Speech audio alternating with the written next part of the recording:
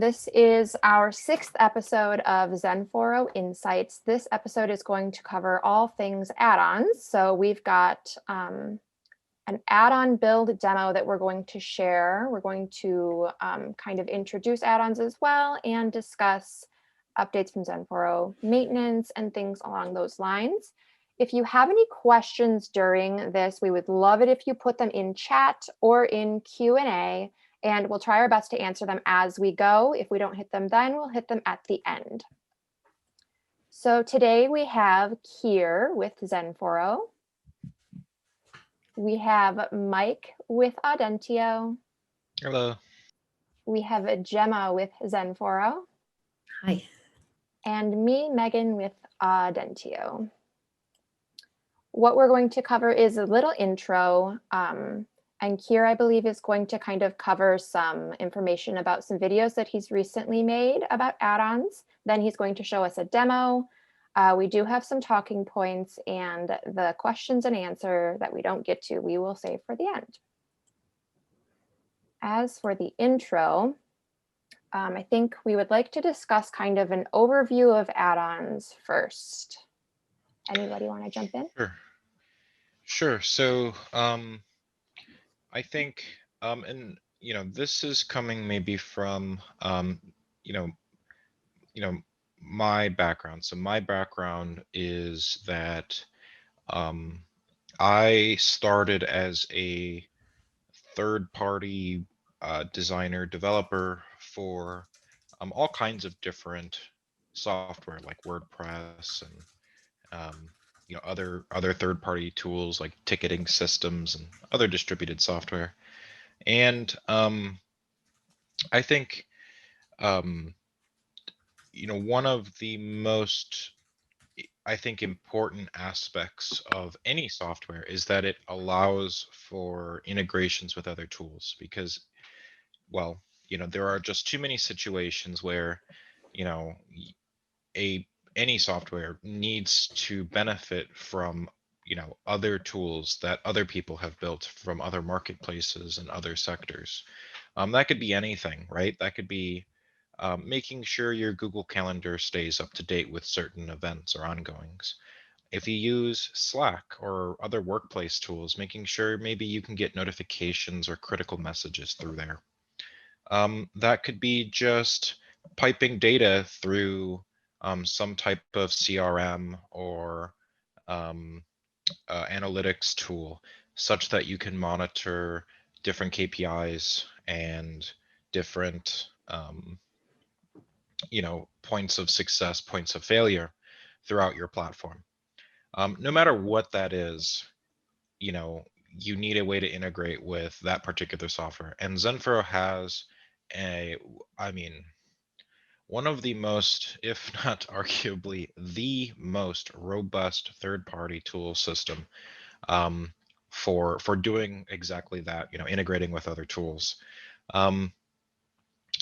I think, it's one of the things that drew me to XenForo at first too, because, not only is there, obviously a powerful framework and software, but there's a whole ecosystem of third-party developers, third-party designers, that and honestly other community managers and other systems administrators and other community administrators who have probably been through a situation that somebody out there watching today might have gone through as well. And so to be able to kind of benefit from all those trials and tribulations, all those different tools, is good to know that there are what, 3,000 different add-ons in the marketplace or something like that. I mean, it's quite a bit. And even still, if let's just say you need something that's very custom and unique, there's a whole list of different resources to help get you started. There's documentation for your developers. There are tools to make sure that whatever you build stays up to date with future versions of the software. There is, again, just a whole slew of different people at the community willing to help. And I think later today, I would love to actually go through some of my favorite parts that make up the whole add-on ecosystem. But I think what we were probably going to cover today is we're going to cover how to get started with building an add-on, whether you have your own engineering team or whether you yourself are the engineer, kind of a jumping off point to get started. And then we'll cover like the aspects around the ecosystem, right? So things like there are systems within XenForo called like template modifications. There's a whole template system.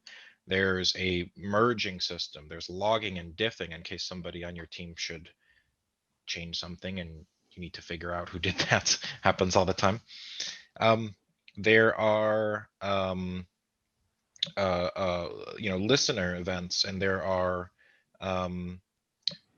are rebuild tools, caching tools, all kinds of stuff really. So I think we'll cover that in a little bit more detail. And I think what's kind of cool, what's amazing actually is, Kier, one of the I suppose two main architects of XenForo has put together a video series about this, which I suppose, Kier, whenever you're ready to talk a bit more about that, I'll pass it off to you.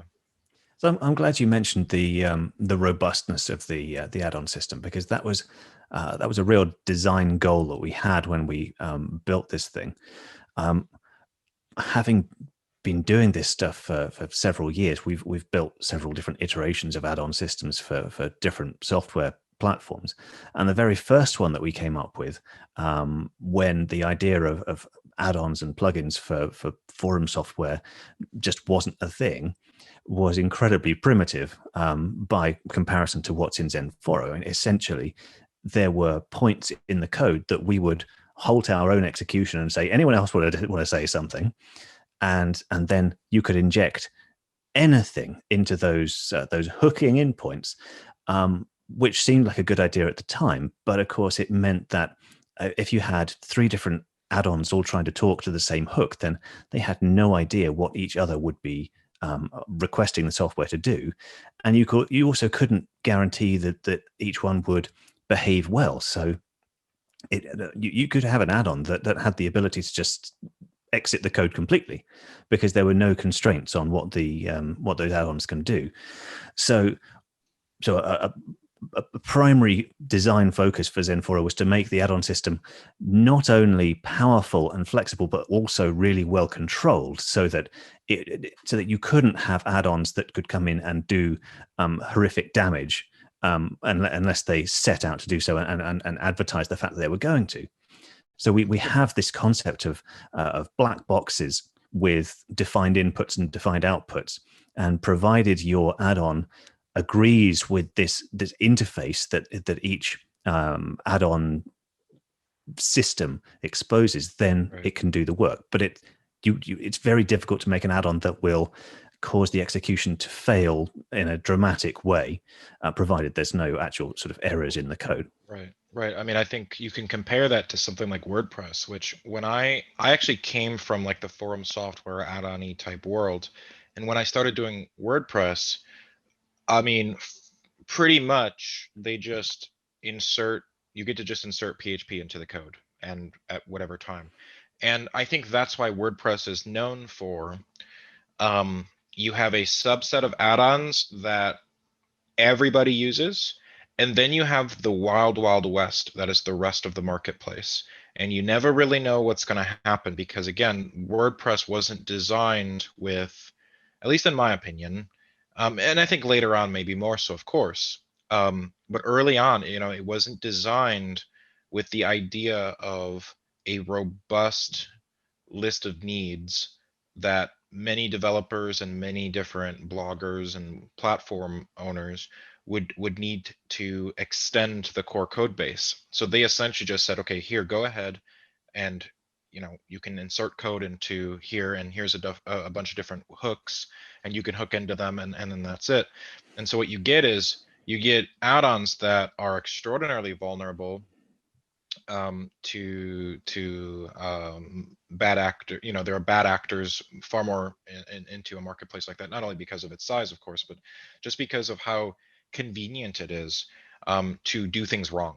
And so XenForo, what XenForo's done is it's made lots of little steps lots of very intentional decisions to make sure that add-ons have to conform to a strict list of standards, such that it is much more difficult to do to blow anything up, or more difficult to do things in a non-standard way that might even conflict with other add-ons or other core XenForo functionality. It's gone kind of above and beyond with that third-party integration as part of the core of the software. You know, it's gone a long way in keeping that in mind throughout its whole lifespan. And that integration is really important, because having said that, that add-on code has to be very strictly controlled, and it has to agree with certain principles and standards and interfaces. The trade-off of that is that we can allow this code to run as what we call a first-class citizen.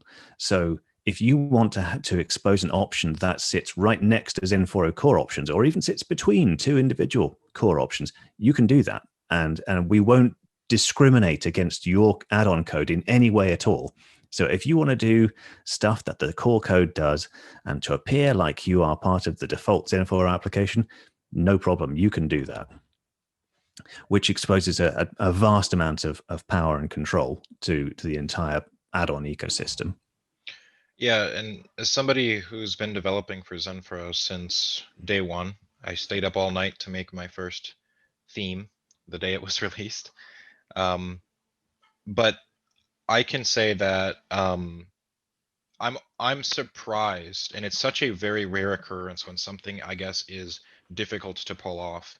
I mean, code is code, of course, but you can extend just about anything within the software reasonably well. It has an unbelievable amount of power. So any developers out there, I think of XenForo more than a forum software. I think of it as a development framework. And in fact, our years ago, we built an entire esports platform, tournaments, brackets, achievements, what else? All kinds of stuff, teams, organizations, all on top of XenForo. So this is the notion that you can extend anything is basically true, actually, because of a system that Mike Sullivan put together called the class extension system, which I still don't know how it works. It's basically magic. But if you have a background in development, you'll know that it's possible to extend classes to get them to do something more than they were originally designed to do. But you can't have multiple people extending the same class without knowledge of each other, because you can't have one class that's extended by several others and have all of those run at the same time. Except with XenForo you can, because with XenForo, the class extension system allows you to essentially glue a whole bunch of class extensions together and apply them at runtime, while the core software is still just calling the base class that's, as far as it's concerned, is not extended at all. And the final output is essentially a class that extends another class, and then you've got a whole chain of extension that includes all of the extensions that have been defined by any number of add-on authors, and they all work seamlessly together, and it's frankly fantastic. Indeed, it's like an abstraction of the core class extension principles of object-oriented programming, just with PHP in general. So it's really smooth, and yeah, it does, I think, what you want it to without you having to tell it, you know, explicitly. So I'm a big fan. So I think we'll jump into a bit of a recap on the video series as we've had it so far. So episodes 1 to 4 have been published so far, and 5 and 6 will get published after we finish up today. But I'm going to start off by recapping very briefly what's happened in episodes 1 to 4, parts 1 to 4. So I will share my screen somehow. And I think it's there. Can everyone see that?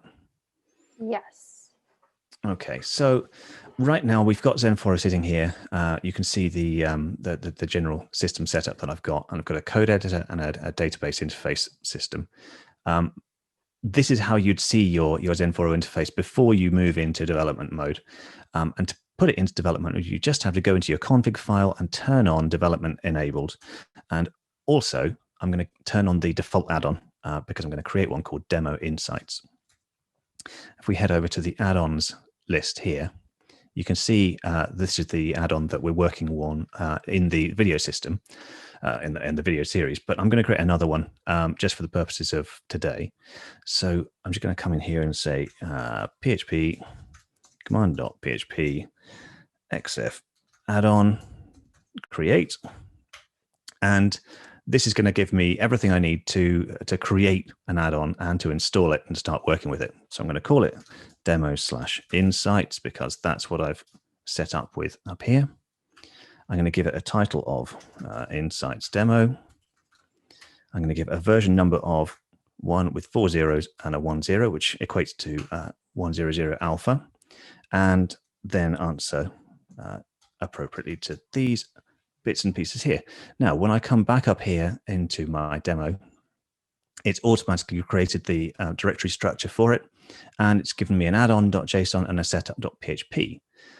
In the add-on.json, the only thing I'm going to do is I'm going to change the icon, because right now, if I refresh this, you'll see it just has the default icon, but I'm going to use a little truck icon, and there it is. But you could also change that to your custom image or whatever else you like. And then we're going to have a quick look at setup.php here, which is where any sort of database operations that need to be run in order to get your add-on up and running will live in there, and we'll come back to that in a minute. Now, I've lost my instructions for a minute. Hold on. So I think like one thing to note here is, there is a lot of what we're going to cover today is in the documentation, and there are different tools. So if you are a community manager and you're hiring somebody to do this, I think what we're going to be covering today is mostly to give you the fundamental idea. And if you don't understand all this because, well, you're not a PHP developer or engineer, don't stress it. I think the overall purpose is, sure, if you are a developer, you can pay closer attention. And if you're not, I think what you should be thinking about is, more or less the core, follow the core idea about how feasible this is, and start thinking about maybe unique ideas that you have for your community or your platform, that hopefully this demo today will highlight, how that can become a reality. So if you've been watching on the screen here, I've just created a structure for public controller insights. And this is going to be the thing that holds all of our code together to tie together the template system and the routing and individual actions. And what I need to do is I need to tell the system how to interpret a request for a particular controller. So I'm going to head over to the development system here, which has appeared since we changed the config file to enable development mode. Open up routes and say I want a new route, a public route, and the route prefix is just going to be insights. And then I'm going to tell it to go to not demo pad notes, but demo insights. And now whenever I'm on the front end, and let's just get to the front end here. Whenever I click a link that goes to something like insights as opposed to notes, then I'll end up going to this particular controller. So let's just check it, go to insights, and it will give me an error because we haven't got any actions. What's an action? Well, it's an individual method within here that does something. So I've got a couple that I prepared earlier. So I'll just grab those and bring them in. And we've got one called index, because this works just like a web server in that you have a default action. So if there's no stuff after insights, it's going to look for action index. And if I have something else like link me, then it'll try to look for something that's called action link me. So let's open up the default one in a moment. And it tells me that it doesn't have a template called demo insights. So let's go and create that and have a quick look at the template editor. So we're in here, we'll add a new template, and I called it Demo Insights Index. And then the content for it looks a bit like this. And I'll just talk you through it very briefly. We've got an XF title, which is going to manage not only the title for the browser tab, but also the H1. And then I've got a block that's just got some basic text in it. So I'm going to save that out. And you'll notice at this point that it also appears in my editor. It's saved out a file there, so I can start to edit it in my code editor rather than having to mess around in a browser. So I've got much better tools to work with it here. And now when I come back over to here and refresh, then I should see my content. There we are, index page for the Insights demo. There's my title and also up here. So now I need to create a link to another page. So let's do that with like this. Just have another P tag or an O tag even. And so, if you're trying to create just a regular page, XenForo has, there are tools built in to just create a standard page, a standard text-based page. I think, what we're going to be covering here is, when you need to hook into the system to do advanced functionality, integrate with all kinds of different features, including but not limited to things like alerts, things like automatically sending a private message, things like authenticating a user, asking a user for particular information, storing things to the database. Anything like that is where I think the add-on system is going to shine, of course. So I don't want anyone to think necessarily that you need to make a very go through some of these technical steps just to create a landing page. This is just for demo's sake, I think. Yeah, absolutely. So if you've been watching, I've just created a link here which goes to insights/linkme using this the built-in link builder. And then that's going to point to, back to the controller, this action link me, which brings up this template here. Now, this is still very basic at the moment, but here we are. There's the template that we were linked to. But at the moment, all we're doing is we're just taking essentially flat HTML and putting it onto a page inside the XenForo Chrome, I guess. So let's start to put some dynamic information in there. So if I'm going to head back to my action index here and just give it a bunch of variables that I've prepared. So I've got a string and I've got a number. I've got some something I've called money, and then I've got various time elements. And I want to pass those into the template. So rather than just sitting here, I need to actually have them appear in the template.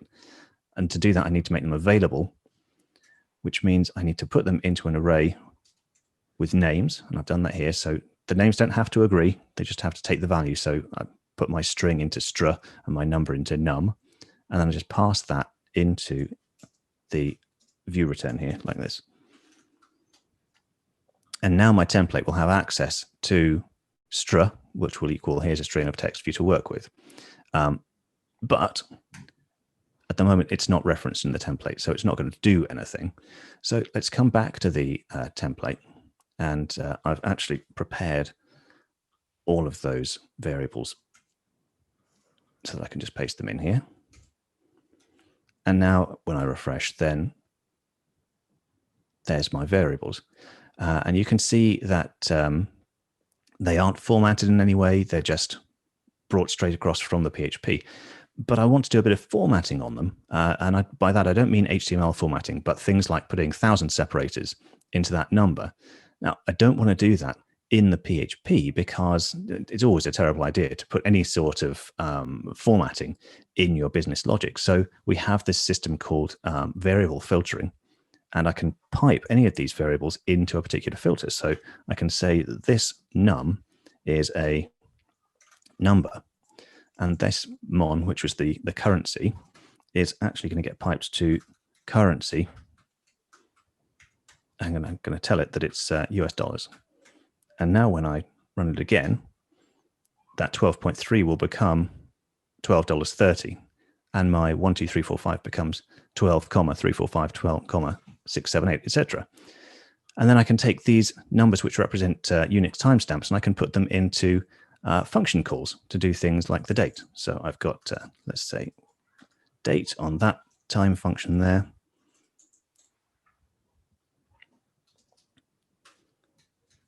And when I bring that back, it will give me the absolute date for what we're at now.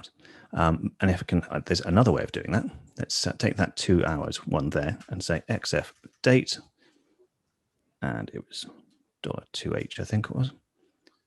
And that will give me a relative date. If I did the same with that time one, it should say just a moment ago, or it might even say now. A moment ago. Right, let's move on to a little bit. I'll just show you one more. Let's do 2 upper, and I'll do UC words, uppercase words on that string. And it should take this here as a string of text for you to work with and uppercase the first letter of every word. Without having to do any work in PHP, you just do this through the template. Let's move on. There are lots of helpers, right? Lots of different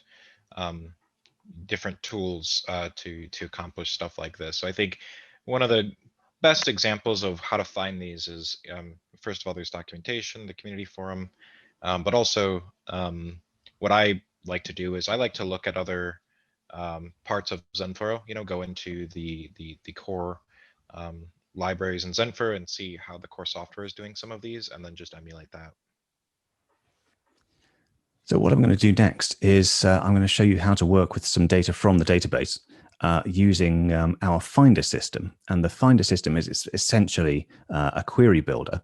But because it builds these queries programmatically, any calls to them can be extended by hooks and listeners and class extensions. So you can manipulate the parameters that it uses to build up these queries, which is much easier than trying to manipulate a sort of monolithic block of text that represents a standard database query. So in that regard, it's really powerful.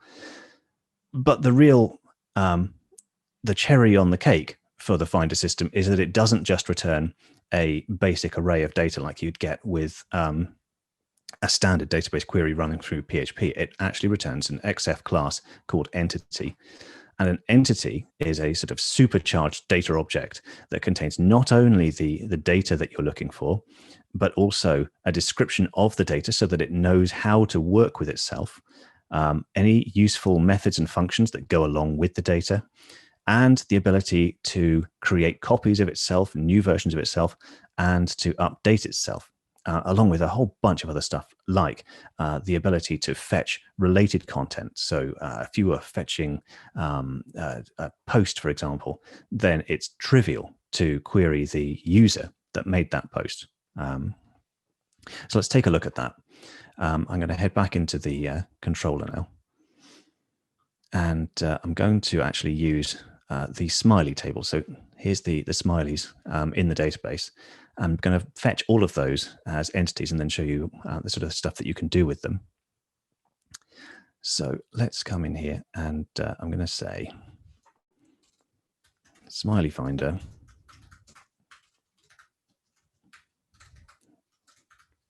And then we use the short name of the entity, which is XF smiley. And if I just let that run, that has no parameters to it. That's just going to fetch the entire contents of the database as far as smileys are concerned, which is potentially not all that useful, but let's do it anyway. And then we'll say smileys is the smiley finder fetch, which will fetch everything that matched on that query. And then we just need to pass it into the template in the same way. So we'll call it smileys and pass it in.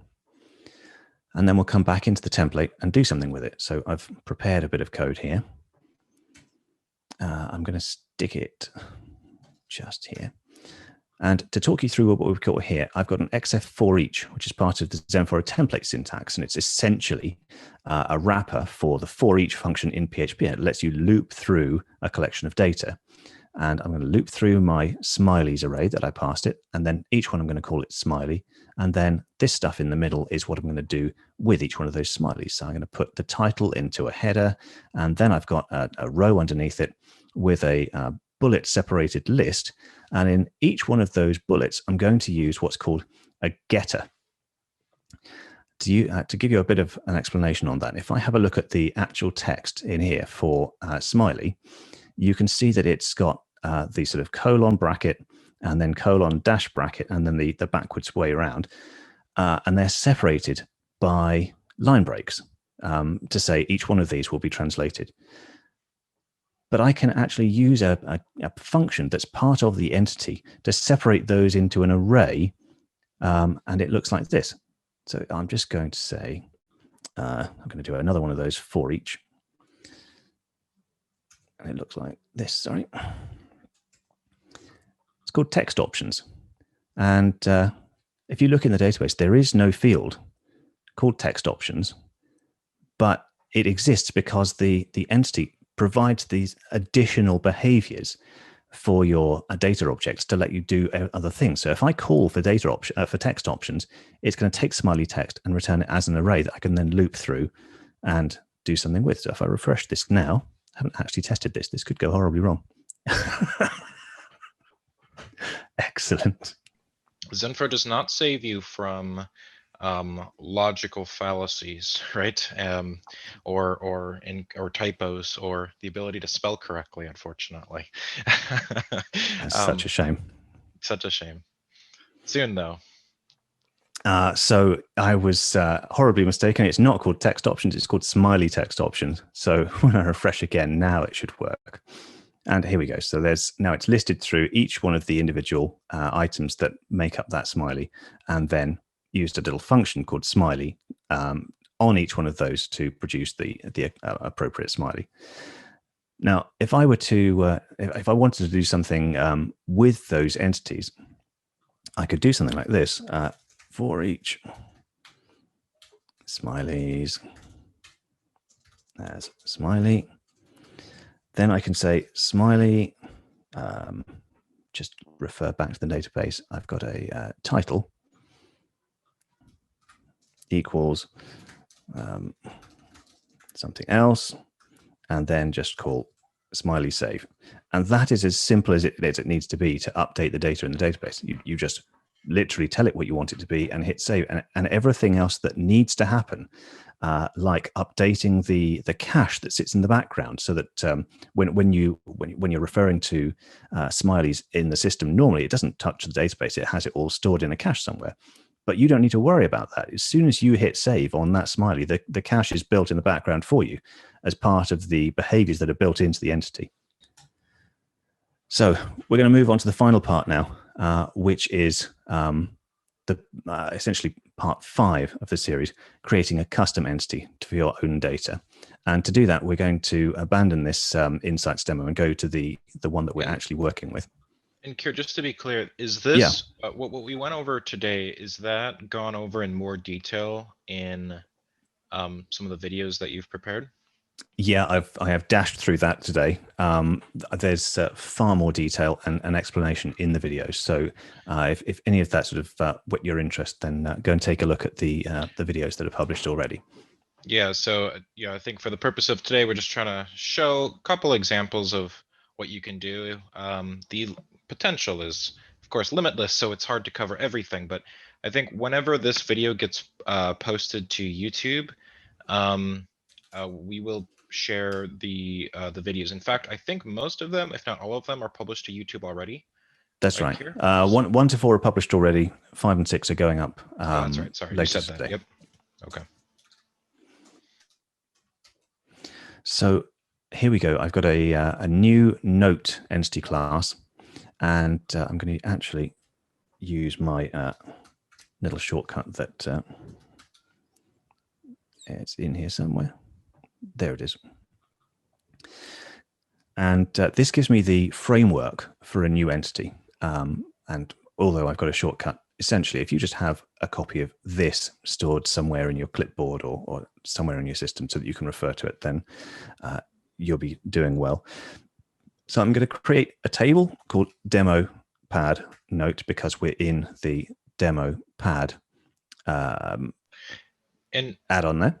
And real quick, where could you grab that from, that shortcut? Does that exist somewhere in the documentation? It doesn't. I've actually just taken one of our really simple entities. I think I used the smiley, in fact, and just stripped it back to the absolute basics using an empty version of the get structure table. Okay, and I think if I recall, there is somewhere in the marketplace, if someone happens to know, like a sample like skeleton of an add-on, just so it has all the necessary files and whatever else just to kind of get you started. Plus, there's obviously the builder. So I'm not particularly sure if this entity part is commented out in one of those files or something, but I'll see if we can find that. It may well be. There's also a written tutorial for creating an add-on that we produced way back in the early days of XenForo 2 that you can find in the developer docs for XenForo.com, which you'll just find at XenForo.com/help, and then somewhere down here you'll find the developer docs. And then we have let's build an add-on, and there's a lot of detail there. So you can use that in conjunction with this video series to really get your teeth into what's going on. So heading back to, where were we? Oh, we're in here. So I've got a table that's going to store my data. And then I need to tell it that the short name, if you remember, we were talking about smileys here, and the short name was XF smiley. I need to define a short name. I'm going to call it demo /pad, not demp. And then I get down to the structure and the columns. And this is where we actually describe the structure as it's going to be in the database. And rather than go through this, I'm actually going to copy the existing data for that. And then I'll just briefly talk you through what this stuff means. So I've got a note ID, which is auto increment, which makes it the unique identifier for the table. And then I've got a user ID, which is also an unsigned integer, and it has a default value of the user ID of the visitor. So that means that when you create a new version of this note, if you don't specify the user ID, it will take the user ID that is exposed by default, namely the visitor user ID. Then we have a title and a content field that are both strings. One's got a maximum length. And that's important because as part of the entity save process, I told you that it would handle things like updating denormalized data and rebuilding caches, but it also has a self-validation system. So when you define the structure, if you say this field cannot have a length of more than 255 characters, it won't try to submit something longer than that to the database. It will fall over. It will throw an error, potentially with a useful error message, before it gets to the point where it's actually going to kill your code. So I've also told it that you need to censor that. So it will pass that just by virtue of having that one little flag there. It'll pass that through the system censor, which is set up elsewhere in XenForo. And then we've got a post date, which again has a default of the current Unix timestamp. And we have an edit date, which I've defaulted to 0. So when you create a new one of these, the only thing you actually need to specify is the title and the content. You can see that both of those are listed as required. Now we also have a system here where it's asking for relations. And what relations do is they tell the system how it relates to other data in the system. And because we've got this user ID here, user ID, we need to relate it back to the user table. And so a relation looks a bit like this. We'll just copy that from there. And so I tell it that I've got a relation called user. It relates to the XF user entity. It's a self-to-one relationship rather than having multiple relations. And the conditions are that both table has a user ID and it is a primary key. What this means is that whenever I start to use this, this demo pad entity, I can just start referring to the user relation and have access to all the data about the user straight away without having to do any sort of manual queries or joins. It's just there and it's available. And if you've prefetched it, it'll cost you no queries. If you haven't, then it doesn't matter. It'll cost you a query, but you can still access it with absolutely no development effort whatsoever. So that's the basics of creating an entity. But let's talk a little bit about some of the things that you can do with it. So we mentioned this edit date thing, and I defaulted it to 0. But what I want it to do is whenever I change the content, I want it to automatically update that edit date to tell me when the edit was. And we can do that with a function called pre-save.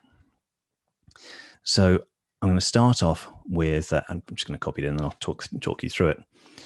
I'll paste in that pre-save in here. And this gets called immediately before any operations are done on the database after you've called the standard save function. And this little bit of code I've put in here says, if the current save type is an update, then just set the edit date to the time. And then once that's done, it will carry on to the database operation.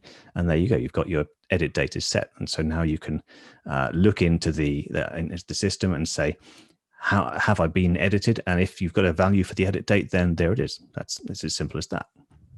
Hey, Kier, we have a super quick question, and that is, what Go for it. software are you using to browse your DB? Is that database? It is. This is Table Plus. So I used SQL Pro for a very long time, and then they kind of ran out of support for that. And so I looked around for quite a long time to find something that was comparable, and came up with Table Plus, which seems to be just going from strength to strength. So I highly recommend it. Nice. I'm just looking to see what else I can cover in the time here. I think we are probably running out. So shall we leave the demo there? And then if you're interested to see where this is going, take a look at the video series that we'll carry on publishing later on today. Perfect. Yeah. And does the video cover, for example, like the actual front end and creating a note, for example? Oh, yeah. Right. That's yes, it does. Good. Just making sure, because yeah, I know some of us may get lost a little bit in the code, and good to actually see kind of the end product a bit, but looking forward to checking that out. Okay, Megan, I think should we transition to talking points, or I guess we can take that question now. Sure, let's start with the question. Marcel asks, are there any plans on allowing add-ons to preload data in the data registry? There are 2 stale feature requests about it. Adding data to the data registry is done via the app_setup listener, but that's fired after XenForo preloaded data. There is currently no listener for adding your own keys to the keys to preload, and it means there will always be an additional query.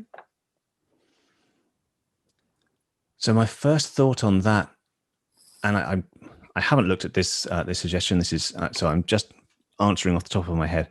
I have a feeling that the add-ons themselves, and someone may be able to correct me on this, I think that the add-ons themselves are brought in as part of that preloaded data. So I'm not sure that there would be the ability for an add-on to request additional stuff because the add-on doesn't exist before that preloaded data is requested. That may be total nonsense. But after this is done, I will go and have a look and see if there is scope to do that, because that does, if that isn't the way that the add-on system works, then that seems like a bit of an oversight. Yeah, feel free to tag that suggestion again today, even. We'll take a look. Cool. So I'm going to share my screen really quickly just to get a look at our talking points. Can everyone see these? Yep. Cool. So we wanted to kind of discuss updates from XenForo. Sure. Yeah.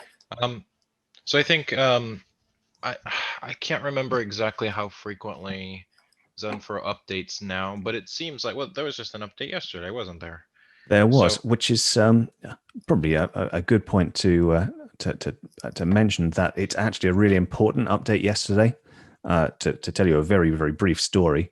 A long time ago, when we introduced reCAPTCHA as an option into XenForo, we made it the default because it was great, and there was no limit to how much you could use it. But just recently, Google has decided that they don't want to support the free version with no limits anymore.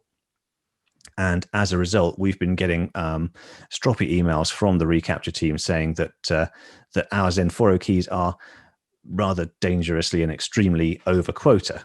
And in fact, I think it's by several orders of magnitude over quota. And unless we start paying them for the use of reCAPTCHA, then bad things will happen. They haven't defined what bad things will happen.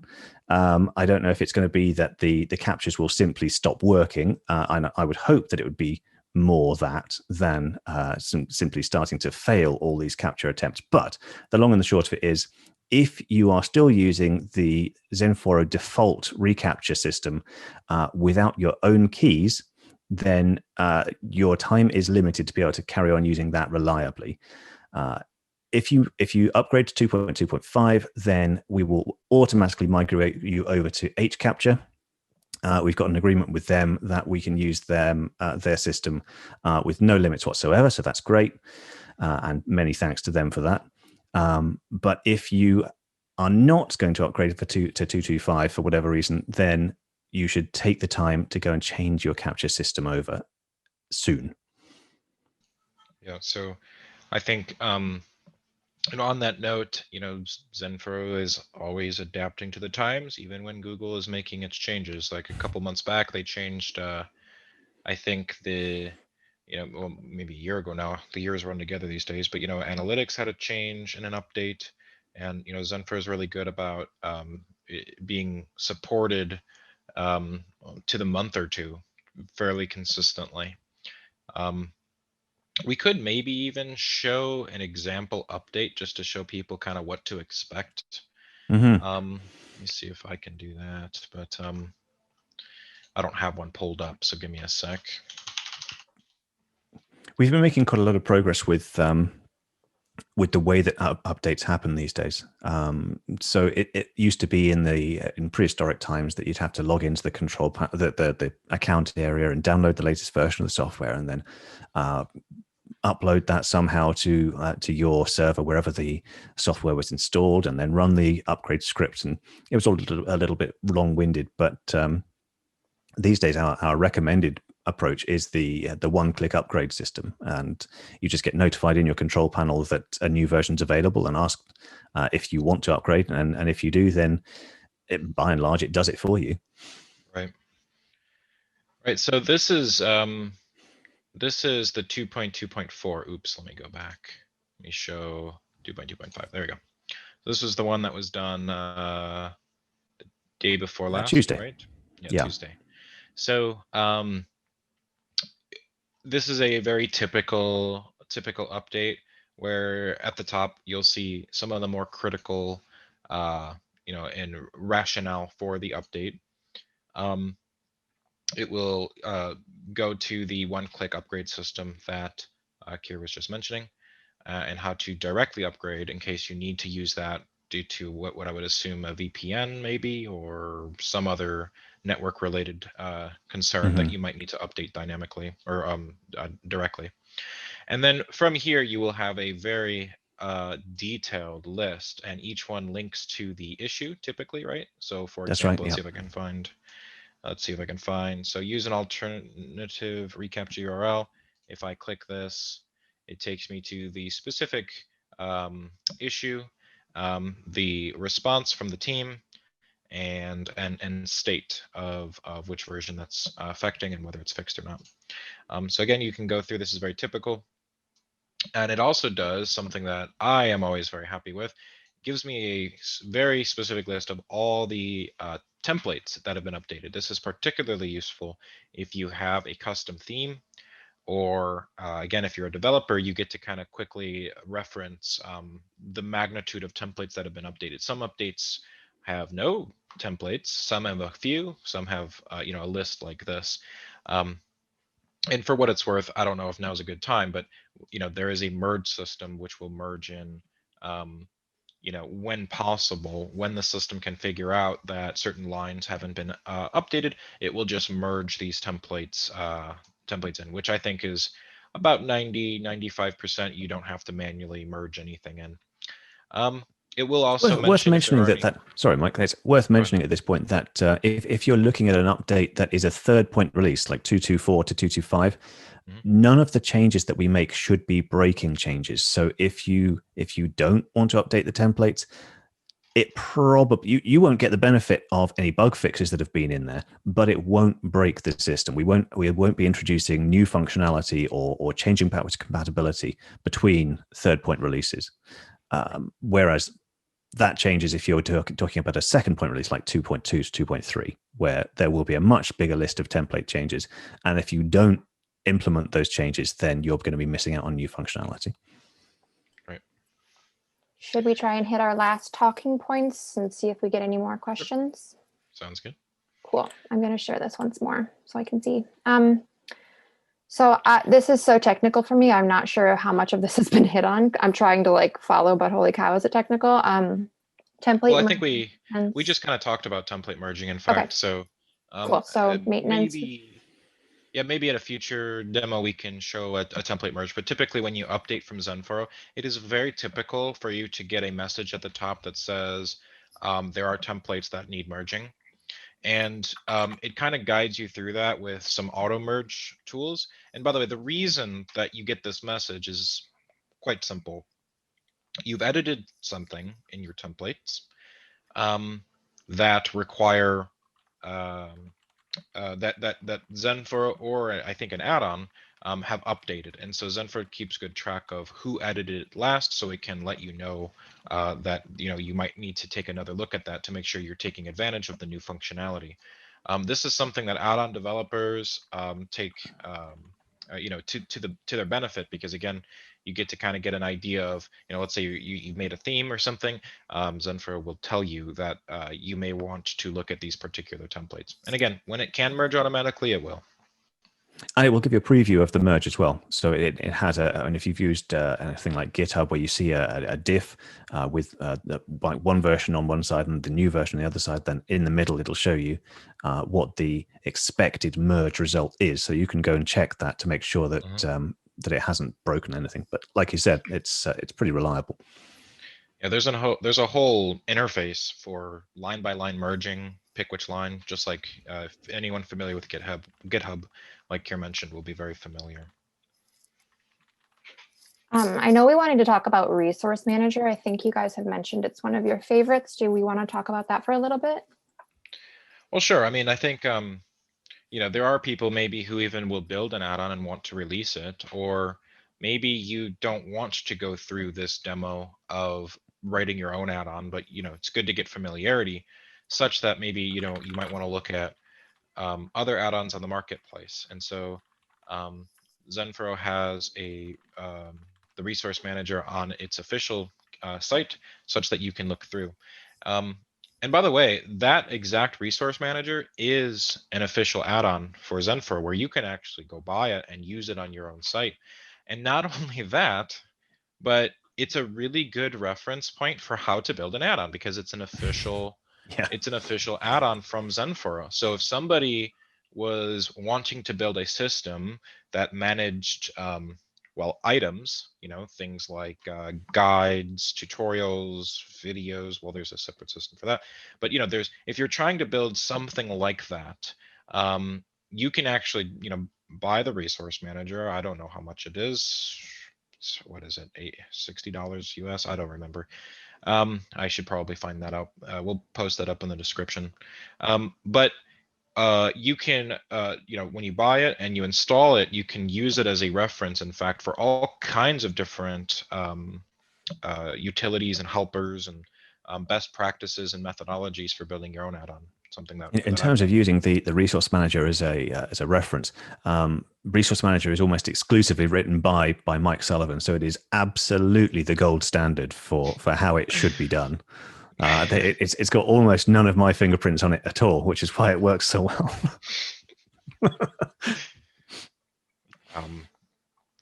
I think what I would like to, I don't know if we have enough time, but I wanted to talk about some of the other things around add-ons as well. Things like the template modification system, the phrases system, stuff like that. But I think just for the sake of time, maybe we will skip that. But again, there's more to discuss. But if anyone has any questions, feel free to post those up.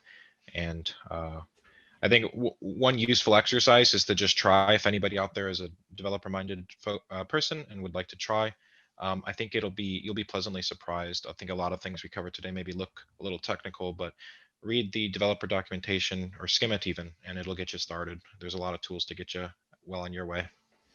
Does anyone have any final questions to ask? Anyone at all?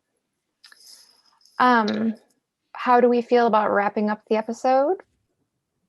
Yeah, I think we're gonna post probably the playlist again that Kier has put together. So anybody who wants a more in-depth I guess tutorial can get that.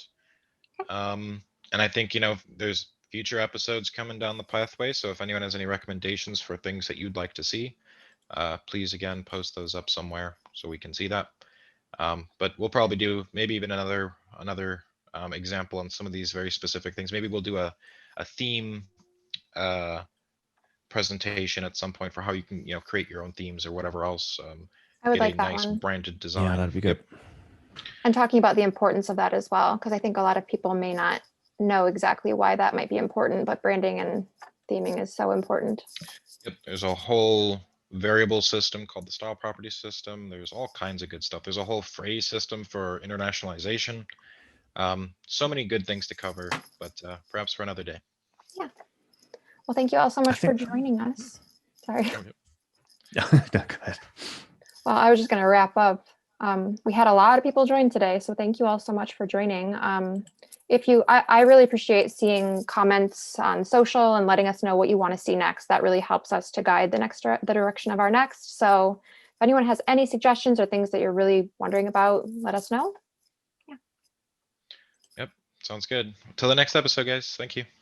Thanks, Thanks, everyone. See you.